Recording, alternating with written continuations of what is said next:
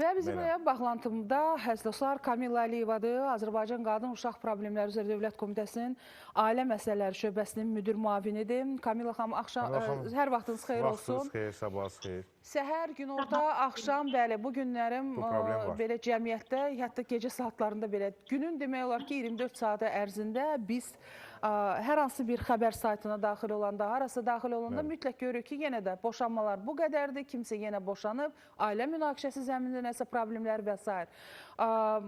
Biz bu günlərim əlbəttə ki, boşanmaların səbəbləri bir çoxları cəmiyyətdə deyirlər ki, qadın istəyir aliment alsın, eş nə eləməsin, aylıq pulu gəlsin.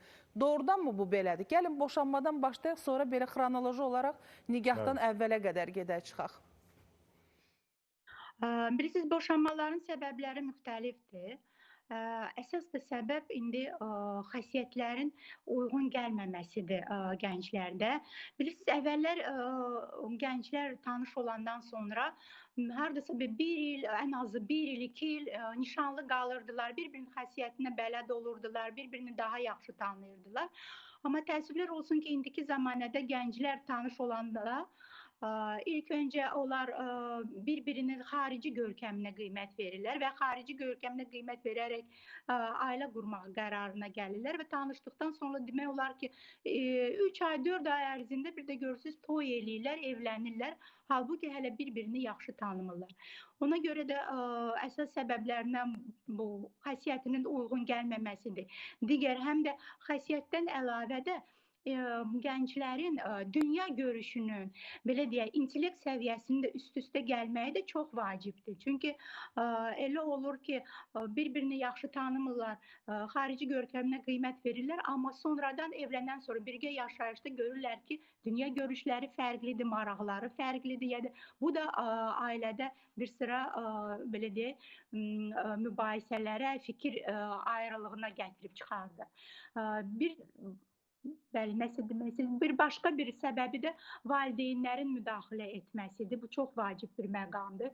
Çünki gənc ailədə xırda bir münaqişə də yarananda valideynlər buna müdaxilə etdikdə artıq bu münaqişə böyüyür və nəinki gənclər arasında münaqişəyə, hətta ailələr arasında münaqişəyə çevrilir. Ona görə də valideynlərin müdaxiləsi də çox vacib bir məqamdır. Digər səbəbləri də var. Bunun yəni araşdırmalar göstərir ki, səbəblərindən biri də ailədə uşağın dünyaya gəlməməsidir, uşağın olmamasıdır. Bəzi hallarda da bu süni boşanmalarda, siz qeyd etdiyiniz kimi süni boşanmalarda olur. Hansısa bir, məsəl üçün, demək olar ki, ünvanlı sosial yardım almaq məqsədi ilə, digər məqsədlərlə, sənədləşmə məqsədi ilə süni boşanmalara da əl atırlar ailələrdə.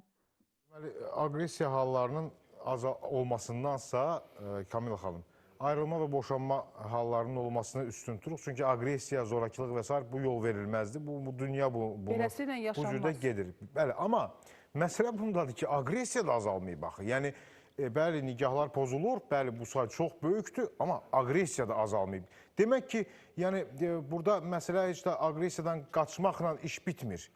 Amma burada bu deyil çarə. Qaçmaqla yox. Məsələn, erkən nigahlar haqqında indi biz danışsaq da. Ana, ata, bəli, uşağı deyirlər, ümumiyyətlə bu il ərzində... Yəni, boşananların neçə faiz erkən nigahlıdır ki? Axı biz yeganə problem də bu deyil. Bu da gəlir, çünki qız uşağı böyüyür, deyir ki, mən burada bu ailədə nə işim var? Bəzən olur ki, deyirlər, gəlin qaçdı, sosial verilişlərdə Kamilla xanım müraciət edirlər, hamı gəlini qınıyır. Amma bir adam girib o məsələnin özəyinə girmir ki, bu uşağı erkən yaşında ərə veriblər, sən get, üzr istəyirəm, izdivaca gir, ondan uşaq gətir və s. Yəni, bu hələ tam beyin formalaşmamış. Bax, mən istəyərdim bu bəla haqqında da danışaq biz bu günləri. Erkən nigahda, bəli, başqa bir problemdir. Sonra deyirək ki, gəlin atdı uşağı, əri getdi, qaçdı və s. Erkən nigaha münasibət bildirin Kamilla xanım, zəhmət olmasa, bir də nigah pozulmaları artıb, amma aqressiya azalmayıb. Bu tərs mütənasibliyi də izah edin, zəhmət olmasa. Bəli, siz düz qeyd etdiniz. Bugünkü təəssüflər olsun ki, hələ erkən evliliklər hələ də bizdə, ölkəmizdə bir problem olaraq qalır. Amma biz əvvəlki illərlə müqayisə edəndə biz görürük ki, nə qədər Dövlət Statistika Komitəsinin rəsmi məlumatına əsasən əvvəlki illərlə demək olar ki, bir 5 dəfə azalma müşahidə olunur. Yəni hətta biz son 3 ili də götürsək, biz adətən erkən evliliklərin statistikasını 18 yaşadakı analar tərəfindən doğulan uşaqların sayı ilə götürürük. Çünki bildiyiniz kimi erkən evliliklər rəsmi qeydə alınmır. Ona görə də 2022-ci ildə tutaq ki 2011 uşaq dünyaya gəlib. 18 yaşadakı analar tərəfindən 2023-cü ildə bu sayı azalaraq 1742 olub, 24-cü ildə isə 1279 uşaq dünyaya gəlib. Əlbəttə ki, ölkəmizdə də belə halların qarşısının alınması istiqamətində mütəmadi olaraq işlər aparılır. Həm qanunvericilikdə dəyişikliklər edilir, həm əhali arasında məlumatlandırıcı işlər aparılır.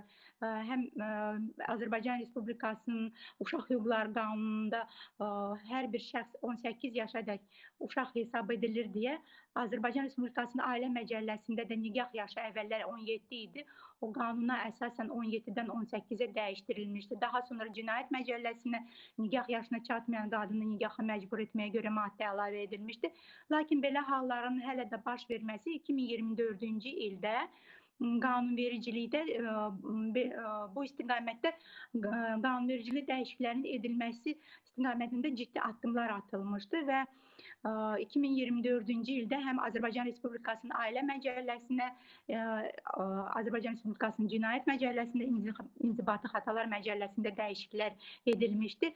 Ailə Məcəlləsində bilirsiniz ki, əvvəllər 17 yaşda istisna hallarda müvafiq icra hakimiyyəti orqanı ilə nigahın bağlanmasına icazə verilirdi və bu icazələr, bu istisna hallar həm qızların qaçırılmasına, ümumiyyətlə belə hallardan istisna hallardan sui istifadəyə şərait yaradırdı və bununla əlaqədar 24-cü ildə bu istisna halların ləğv edilməsi ilə bağlı qanun qəbul edilmişdi.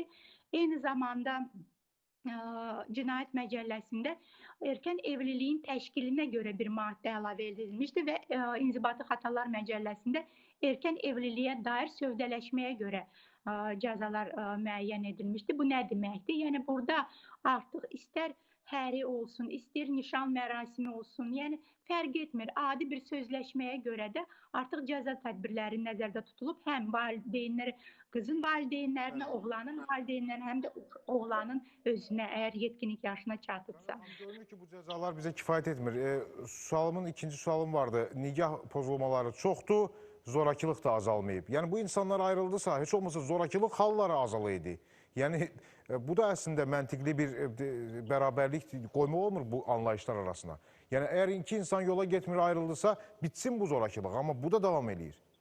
Niyə? Təəssüflər olsun ki, bəzi hallarda boşanmalardan sonra da bu aralarında, yəni keçmiş ər-arvad arasında bu zorakılıq, psixoloji təzyiq davam edir. Burada da əsas məsələ bu həm aliment problemi qalxır ilk öncə. Alimentlər biz görün bizə nə qədər müraciətlər olur ki, kişi tərəfindən, yəni ata tərəfindən uşaqların alimentləri vaxtında ödənilmir.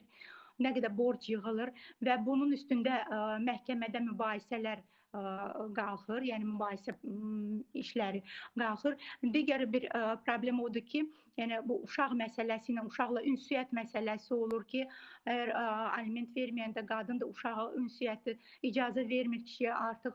Bu da bir problemə çevrilir. Yəni burada psixoloji, psixoloqun köməyinə də mən deyərdim ki, böyük ehtiyac var və bu baxımdan Ailə Qadın Uşaq Problemləri üzrə Dövlət Komitəsi tərəfindən də ailə psixoloqu institutunun yaradılması ilə bağlı təklif irəli sürülmüşdür. Bitsin deyir, boşanaq bitsin deyir, bitmir eşə. Kamila xanım, çünki bu günlərin psixoloqların qiymətlərinin kəllə çarxa bizdə də studiyamızda oldu. Bir psixoloq dedim, niyə belə bahadır? Biz özümüzə yatırım edirik. Əlbəttə ki, yatırım edirsiniz, sonra pulu artıqlamasıyla çıxardırsınız. Amma bu günlərim doğrudan da dövlət tərəfindən belə psixoloqların, psixoloji belə də dəstəklərin yaranmasına çox böyük ehtiyac var. Təklifinizdə tezliklə müsbət cavab gəlsin. Və Kamila xanım, mən istərdim sonda telefon nömrəsi, qaynar xəttini xatırlayarsınız ki, ola bilsin kimsə istəyər müraciət eləmək və anonimlik qorunur, eləmi? Bəli, əlbəttə anonimlik qorunur. Komitənin dəstəyi ilə Uşaq Hüquqları Müdafiəsi üzrə qaynar xətt yaradılmışdı, 116-111. Yəni hər bir şəxs anonim olaraq da ora hansısa evdə erkən evliliyə hazırlaşırlarsa, hansısa qızı məcbur edirlər erkən evliliyə cəlb olunmağa. Kimi çıxardaq? 116-111. Bəli, 116-111 qaynaq xəttinə müraciət edə bilərlər və biz də aidiyyəti qurumlarla birgə dərhal belə halların qarşısının alınması üçün tədbirlər görülür və qarşısı alınır komitə tərəfindən. 116-111 bu bir nömrədir, eləmi? Yəni 6 rəqəmdən ibarət bir nömrə. Bəli. 116-111. Çox sağ olun, minnətdarıq Kamilə xanım. Ətraflı məlumat üçün bir daha deyim ki, yəni xasiyyətlə bağlı danışdı Kamilə xanım. Xasiyyət fərqliyə boşanma varsa, bu absurddur. Xasiyyətlər həmişə fərqli olacaq. Sadəcə bunu anlamaq və bir-birinin xasiyyətinə hörmət etmək lazım. Bu günlərim boşanmalar və ümumiyyətlə aqressiya və digər səbəblərdən biri də ailədə çatışmazlıqdır. Lev Tolstoy demişdi, səhv etmirəmsə, deyəsən Anna Karenina belə başlayırdı ki, bütün xoşbəxt ailələr bir-birinə oxşayır. Hər bir bədbəxtçiliyi olan, hərəsinin özünə görə